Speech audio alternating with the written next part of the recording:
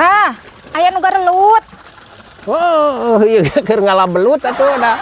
Ngan hese euy, geus urut ieu teh. Aduh aing mah geus urut tuh bieu batu ban mareunang mah. Ilah ilah. Aing mah ieu teh memang di dieu teh belutna teh loba ieu teh euy ngan hararese atuh. Mani nyusul-nyusul hayang belut kumaha mah ge hayang belut. Ya, lain ku hayang belut.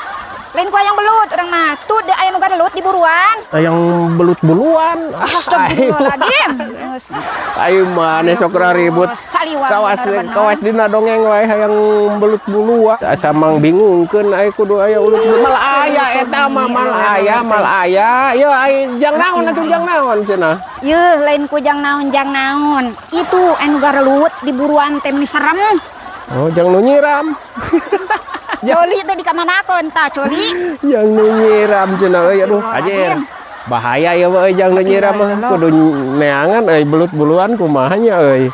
Di eta we di ieu aya akal nama bisa diakalan kari kieu kari bun meunang belut teh di kana ieu keun kana kapaskeun di kitu di sing buluan bisa nya ke ai meunang reka mana nih kalau tuluy ke ai meunang nya bisa lah eta teh belut buluan teh meunang belut kana ieu keun kana kapukeun tah buluan kitu tah lah maleleh geleng ai akal mah bisa.